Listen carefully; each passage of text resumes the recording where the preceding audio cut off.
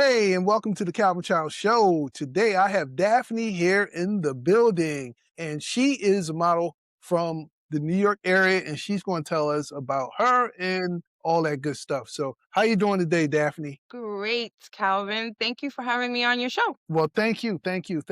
So let's get started. All right, NYC, New York, right? What part? From Queens, the borough of Queens, because we have 5 of them. Okay, so what? All right, I know each borough they got like a little slogan. I know like Bed-Stuy, Do or Die, or something like that. Bronxville never ran over. What is it for Queens? Do you Bridge is know? over. The bridge is over. All right, that worked. That worked. So I've been to Queens before, right? Queens is nice because they have like a beach there, or it's like it's a beach, right? It's really nice. Beach, we're on the coastline. I like Queens. I'm a Queens girl, so I'm definitely gonna say I love Queens. I like grass and trees. That's what you get in Queens. You get a lot of juice when you're in the city. So Okay. being as how I was always in the city, it was nice to go back to Queens and then I could just quiet my life down. Yeah, Queen, because you are near like the coast and things like that. So it's a different vibe probably out there, right? So it's a different vibe, but then again, I love the beach. I am a July baby. So Okay. I think when I was 13 months old, that was the first time that I hit the beach with my mom. And ever since then, there hasn't been any looking back. So yeah. I heard that. So let's talk about that. Did you ever do a photo shoot out there on that beach?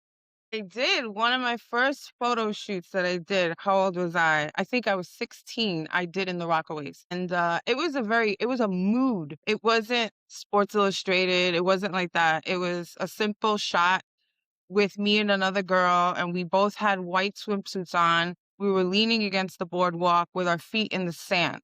And we weren't necessarily looking at the camera, but it said it all. So it was really nice. It was black and white. So that's why I say it was a mood. Right. They say black and white is very forgiving, so you can't do wrong when you shoot in black and white, because it's always an attitude associated with it that because it's the character, it's a character shot. So there's a lot of different things and great imagination can come out of black and white shots as well. So I feel that. So was that your first photo shoot?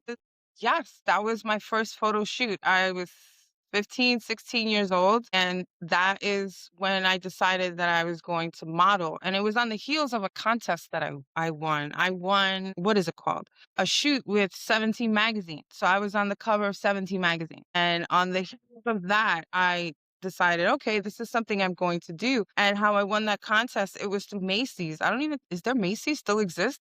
It was Macy's. Hey, isn't that where they had a parade in New York? It was actually in that 34th Street in Macy's, and, it was my mom that saw some kinda ad, and you need to compete or you need to do something, and really, I was very shy. Very, very shy person. I was very tall. Everybody else seemed like a normal height, and I thought I was like a giraffe of sorts. I had a long neck and very skinny. Sports helped my self-esteem, but my mother was really trying to push me out there. So I indeed, in fact, submitted, and then I received a phone call, and this is 17 magazine, and this is Macy's. We'd like for you to be in our show, and we'd like for you to compete, and we'd like to put you in our magazine. I was in shock. From that photo shoot? That was so what was that like when you got that notice that, "Hey, we like to put you in our magazine?" Oh my goodness. I was jumping for joy. First of all, Mhm. because I had already done my, I guess, my pass through the agencies. So I went to all the major agencies and they were like, no, we have someone that looks like you. And that's something that you experience as a person of color, a black girl. They have a certain number of black faces that are making money or on their board, so to speak. So they are reluctant to take other women on that have the same skin complexion. Isn't that amazing? So what how does that feel? What is it like a limit? Like, okay, we got 2 black girls, is that it? You How know, does that work? they wouldn't they wouldn't necessarily say that to you because they can't say that to you. But when you start to meet bookers and understand what their job is, and then when you see the girls that are on the wall, and then you see the people that they are representing, meaning the booker has to deal with a client and they have to get their client a face that they want. So if there's a girl that's already working and she already has a good reputation, those are the girls that they're going to send out. Why would they need to recruit others? And that's the way that they felt about anybody of color, you know? And then if you were of color, you needed to be Afrocentric. It couldn't be that you looked any other way except for you just Straight off the the boat. plane or got off the Right. boat, only for them to throw a weave on your head to make you look Anglo. And that is Yeah. the market that they're catering to. Right. So explain to people that okay, you have a booker and your booker has clients and his clients might be these it might be a mix of fashion designers and brands and big box stores, so on and so forth.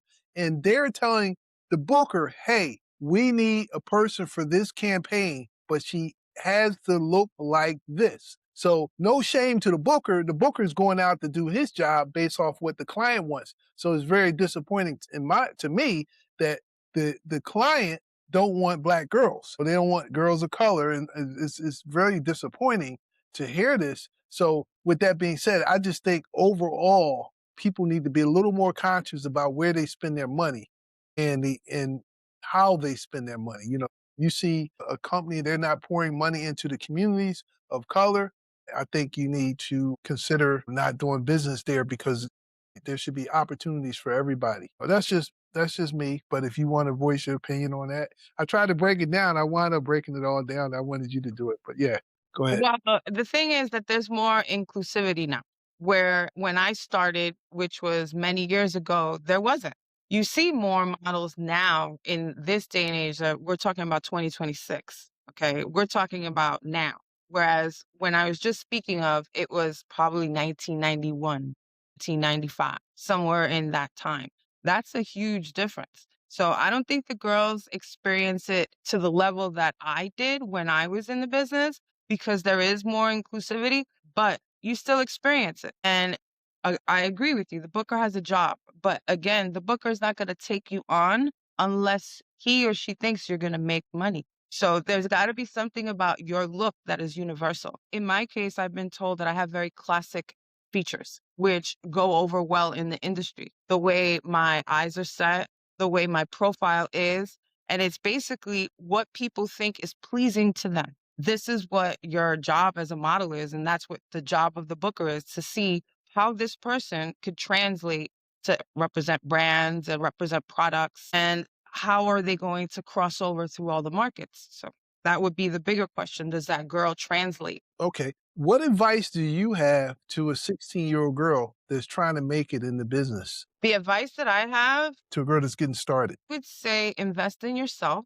meaning invest in your body, invest in your health, make sure that you have really good skin practices, take care of your skin.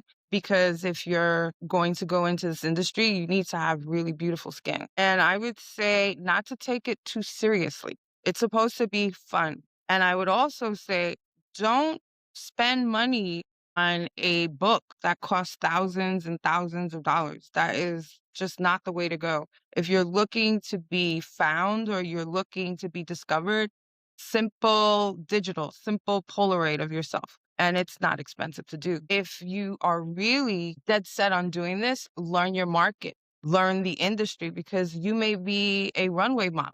That doesn't necessarily mean that you're going to translate in other markets. You may be a commercial model.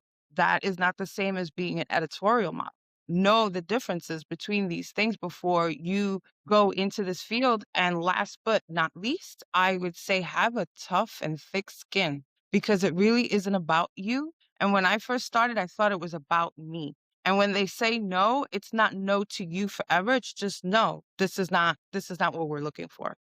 Make sure that you don't allow for people to discourage you. Okay. Speaking of products and brands, tell me some of the products and brands, if you can recall any, that you have modeled for. I modeled for Zhang Tua, and he does couture. And he has his main office, I believe, on 57th Street. I did shows for Calvin Klein, two shows for Calvin Klein, and then I did shows for independent designers. Okay. Okay.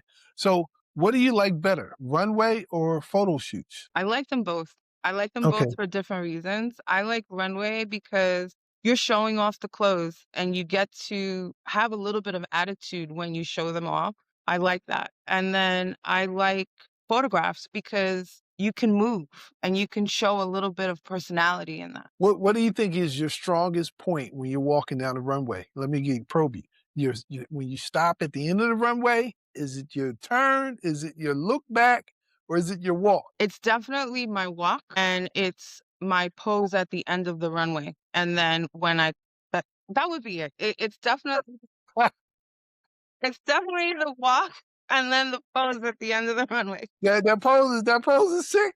So do you like wait a couple seconds or you just give it to them and go? Well, it depends because you have direction and there's timing when you're going down the runway. So if you have the time to stand there a little longer, you should because that's where the action's at. That's where they're going to take all your pictures at the end of Right, the right, runway. So make sure that what you do is strong. right. Do you ever zone in on the photographer and you ever see one that looks like he keep missing the shot? Oh my god. I could tell you a story that I was doing a show and I don't know, I needed to fix my face. Something about my face was not right. I think like my tooth was hanging out and this photographer caught it. I wanted to stay away from him from every show thereafter because I just felt like he was just looking for my defects. That's funny. That's funny. Tell me some of the weird places that you did runway shows. Weird places. Yeah. Um, I can't oh wait, let's see. Riverside Park. Okay. Okay. Tell me about that. Riverside Park, oh my god, it was a very long runway and it was hot. It was very hot outside. It was very uncomfortable, and they didn't have the proper facilities, and that was when I was a young model. And I would say that all of these little shows that are offered, take them. Not because you're gonna be discovered, but because you can embarrass yourself at no cost to you. I mean, not for that reason, but you can get practice, hone in on your skill. Meaning like the more shows you walk in, the less nervous you are because you're going to be nervous. That's a fact. That standing in front of strangers is not as easy as it looks, and you have to block people out. It's not about anybody. You can't look at anybody. So do as many shows as you can, although small, maybe independent brands, maybe people that have these small shows in your neighborhood. Do them because it helps. All right. Tell me about your most tightest, sketchiest runway you was on. The seats is just like, oh, you know what? Why I feel like I'm gonna step on somebody's feet, or something like that. Tell me if you can recall anything like that. Remember when they used to do the shows at Bryant Park, and I was Okay. in those shows in Bryant Park. They've since moved them to Lincoln Center, but the runway was really small. It was normal size, but they had 2 girls going down, and that was the first time that I had to do a show with another person, All and right. I was nervous because obviously you cannot look down. Mhm. Um, and I just felt this fear. I literally thought that I was gonna fall over because I was so close to the edge and I didn't fall, thankfully, but I was nervous.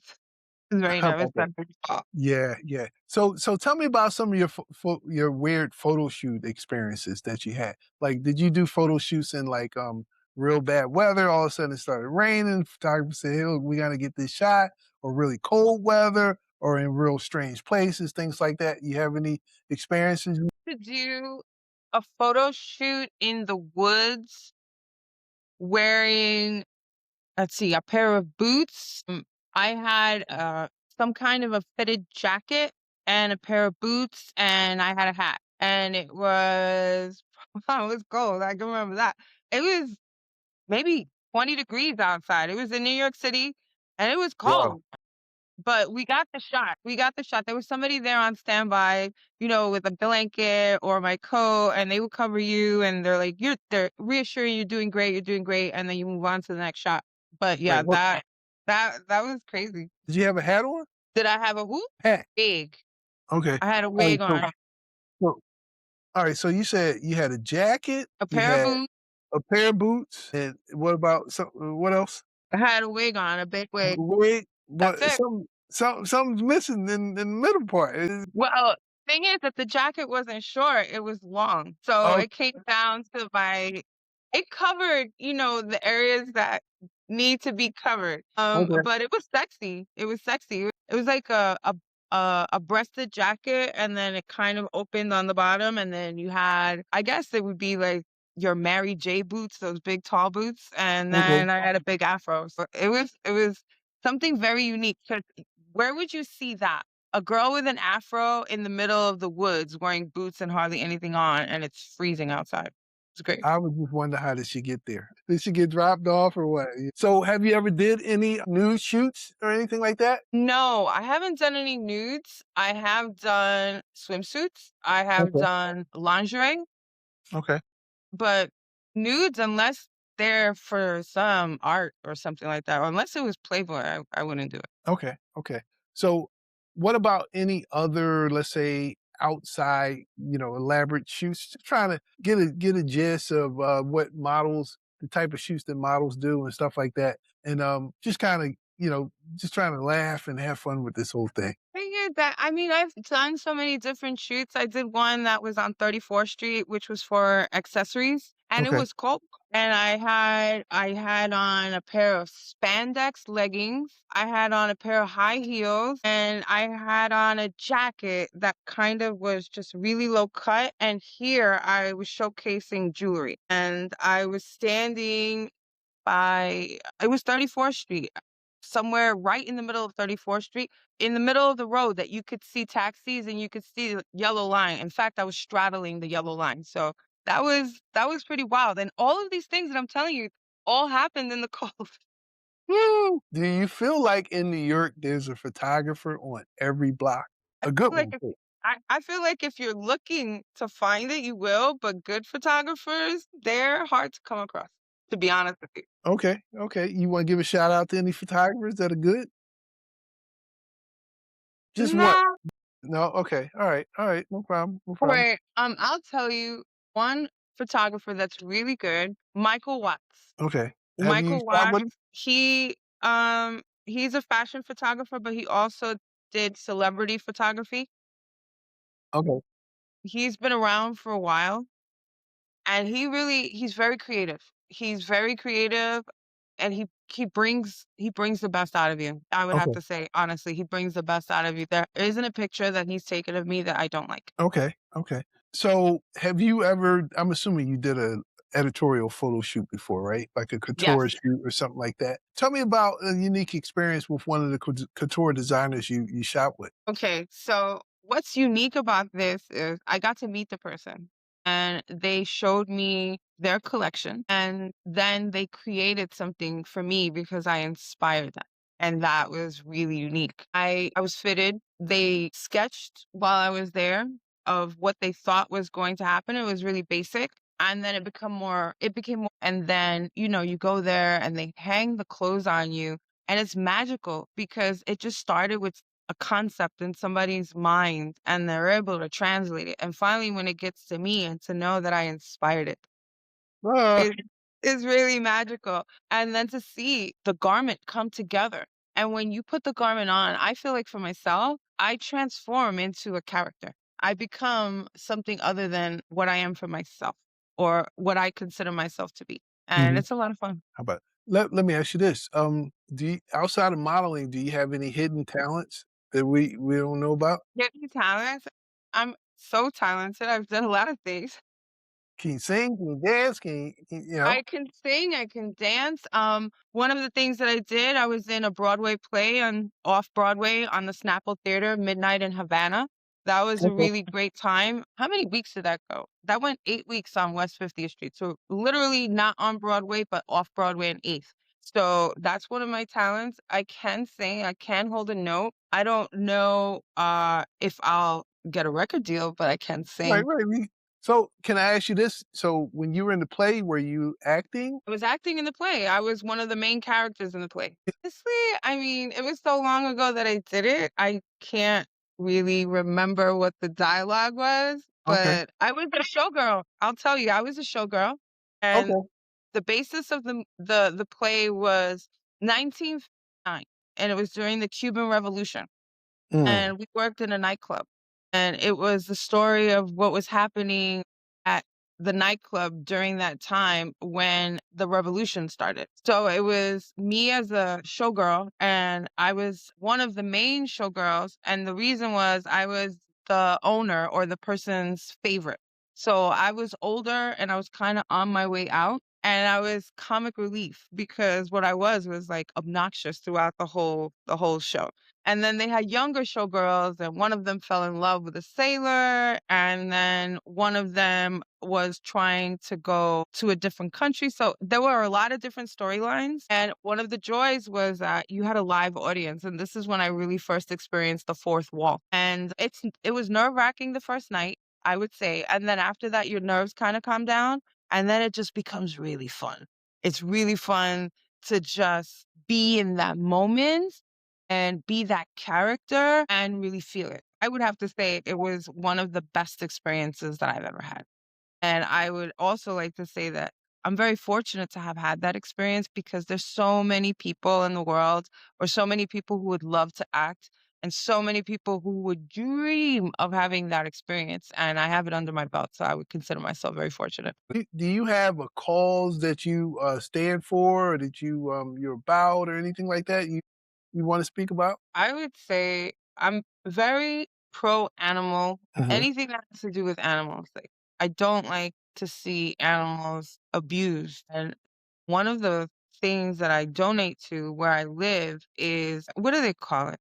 It's a place that they don't euthanize the animals. So they'll take an animal that has been either left or people can't take care of it or they've been abandoned and they rehabilitate the animal, they don't euthanize the animal, and then the animal finds a forever home. So I'm really passionate about. Well, that's nice, that's nice. I know a lot of people like you.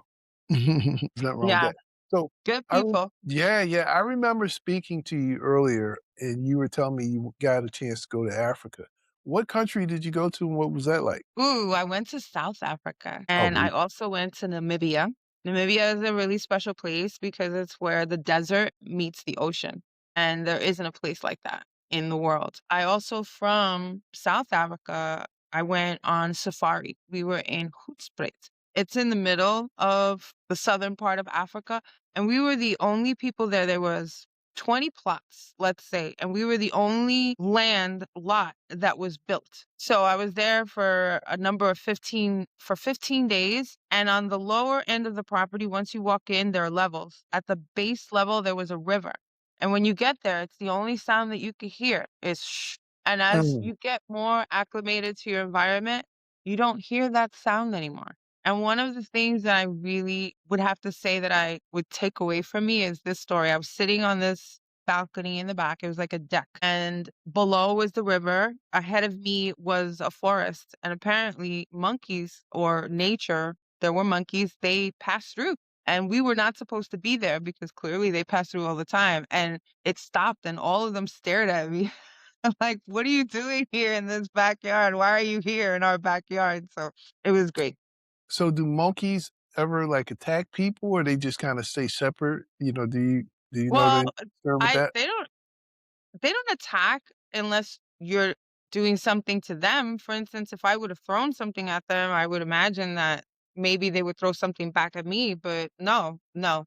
I also in that trip, we were being, what's it called, followed by a lioness. We were on a safari walk. There were 2 people. There was an Afrikaans, that is the English language that they speak in Africa, and we had a Zulu. So the Zulu was carrying a rifle, and I was making fun of him because he can't understand me and I can't understand him. So I was like, "Where's the bullets?" He was like, "In my pocket." I was like, "That's not good enough." So as we're walking, I see that he's touching the ground and he has this panicked look on his face. And I'm like, "What's going on?" My girlfriend that was with me, she's busy taking pictures because she thinks she's Jane Goodall. I'm like, "Something's going on. Something's going on." So they radio for a Land Rover to come pick us up. I see the guy still kneeling on the ground and picking up the dirt from the ground. The Range Rover comes, picks us up, we jump in, and now I ask the Afrikaans to explain the look on his face, and he goes to translate that there was a lioness tracking us, and she was doing parallels. So basically, she was ahead of us and behind us at the whole time. And when he was on the ground and he was touching the sand, it was an indicator of how late or how much time the lioness was there. For instance, if you touch the ground or the sand and it's hard, that means if you saw a spur, that is the print of the animal has long gone. But if you pick up that ground and it runs through your hand and you just touch the spur, that means the animal was just there. So all of the spurs and the sand that he picked out, it was because that lioness was tracking us to eat us. Yeah, I'm sure people get eaten all the time out there. That's gotta be crazy. So, I mean, it's the place to do it. I mean, if you're gonna go out, you have to be careful, and you shouldn't go out at night in Africa. That's a big no-no And because that's everywhere, right, in Africa, right? anywhere where you're a traveler and it's not your neighborhood, you have no business being out at night. You just don't. And Yeah, animals hunt at night. So if you're in yeah, Africa and you're not in the city, again, I'm telling you that we were on an acreage of property that everybody's lot was already developed, wasn't developed. Ours was the only one that had a house on it. So there was hectares of land that we were on. So those animals really, we were in their domain. right. Very, very interesting. So tell me about the other country. What other country? Oh, You the went other to country two, that I you went went to in Africa? Namibia. Okay.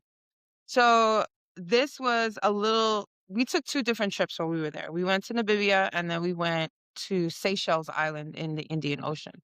Namibia was just spectacular. It was dunes and sand, a quietness that I've never experienced in my life because I've never been to the Sahara. I've never been to Egypt. I've never been to a desert. And this was my first experience. It was very meditative. It was very hot, but it was very meditative. Right. Now, if I'm correct, Seychelles is the island right near South Africa. It's, like, right outside of South Africa, and you can do some really good photo shoots there. Did you get a chance to do one? No, I didn't. I was on vacation.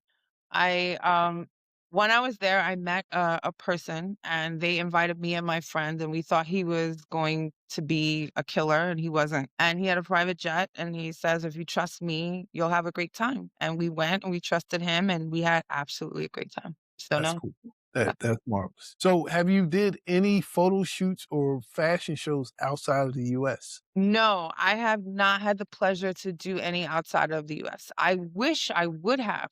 I think that there was a different market for me there, but I didn't. It never carried me there, so to speak.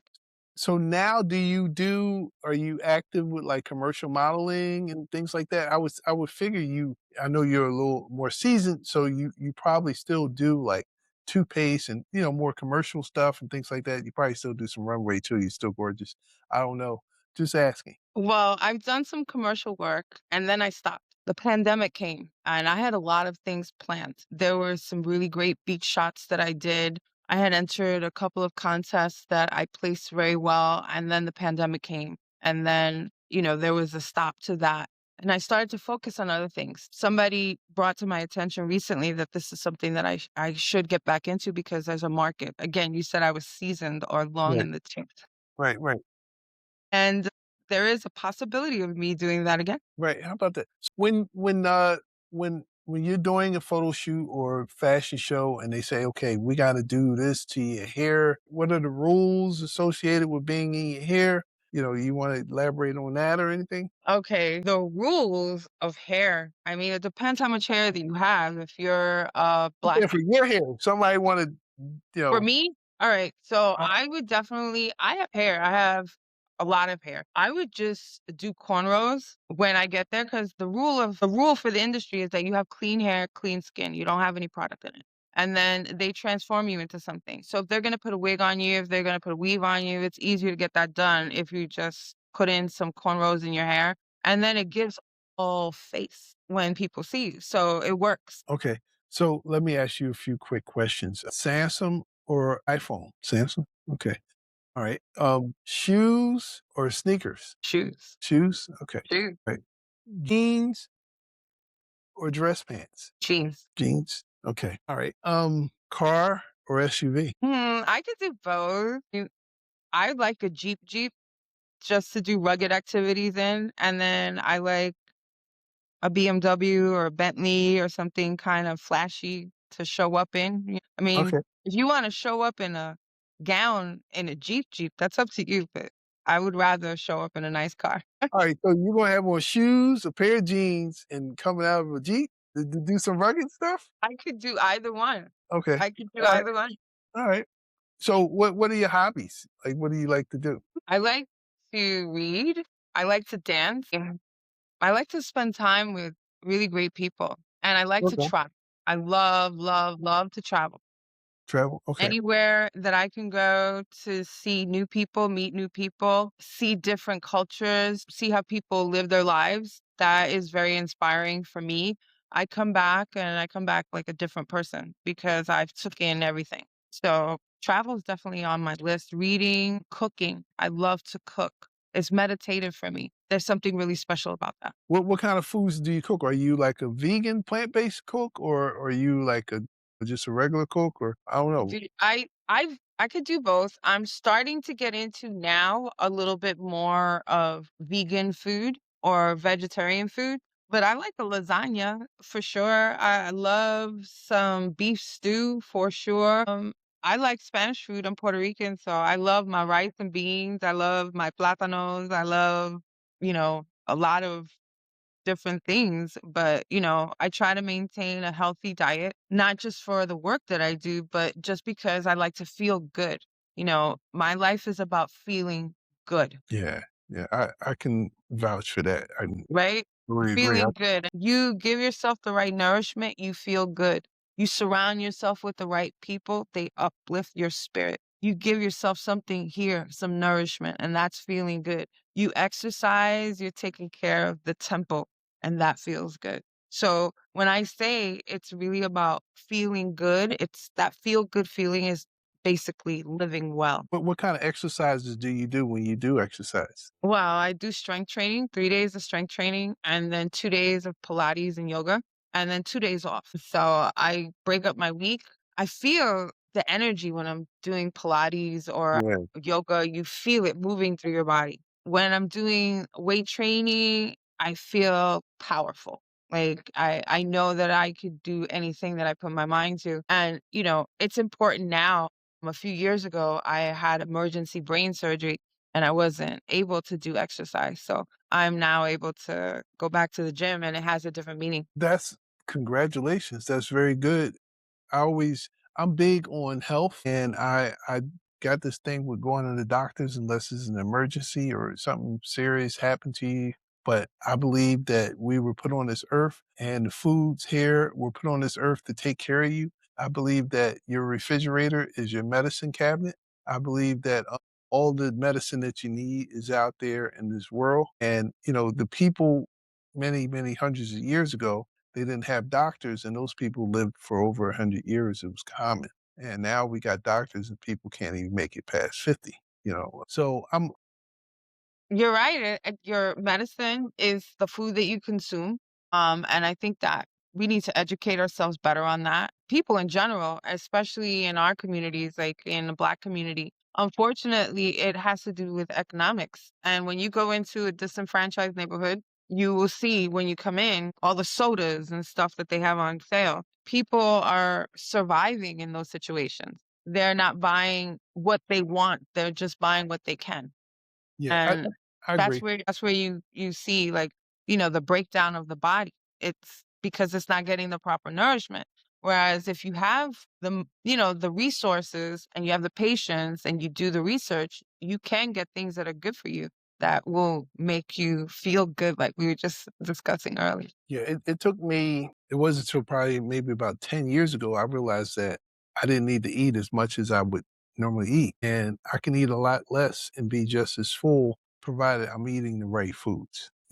So, yeah, and that got a lot to it. I can eat some foods and have a full meal and be tired right after. Not that I do that anymore, but I can be like so tired and I know that I ate the wrong thing. Like sometimes you can eat a Sunday breakfast, sit down. Years ago, I can eat pancakes and eggs and, all this good stuff and I'll sit down and I'll fall asleep on a Sunday. But little I know, my body was just trying to heal itself from all the poison and all the sugar and stuff that Hey, was you in my you know body. the feeling of when you eat something that has 0 nutritional value, you will eat again something Yeah, else that has no nutritional value. Mind you, you ate a whole plate of it, and an hour later, you're hungry. When you're more intentional about what you eat, you'll find that you eat less and you feel full and you don't have those dips in energy, like up and down peaks and valleys during the day. Yeah, I have, superfoods for breakfast in the morning, and it really helps. Meaning I make shakes with protein, whey protein, and I load it up with yogurt and fruits, and I can tell you, when I get up around 5 in the morning, that's one of the first things that I have, and I'm full for a couple of hours, and it's being intentional with your food. yeah, I 100% agree. Yeah, it was great talking to you, and it was great having you on the show. Is there anything you would like to add or anything like that? I'd just like to say that I had a lot of fun, and I thank you so much for allowing me this opportunity and giving me this platform to share a little bit about myself in this world of modeling or in this little world of mine that I exist in. Thank you so much, Calvin. Sure, you're welcome. I'm going to drop all your information in the community section as I do for everybody of the YouTube page and pretty much anywhere, for people to if they want to reach out or they can just comment through this and you'll see it and you can respond to people and things like that. But yeah, yeah, we got it together, we got it Yeah, together. well, listen, we have to do this again, but we have to do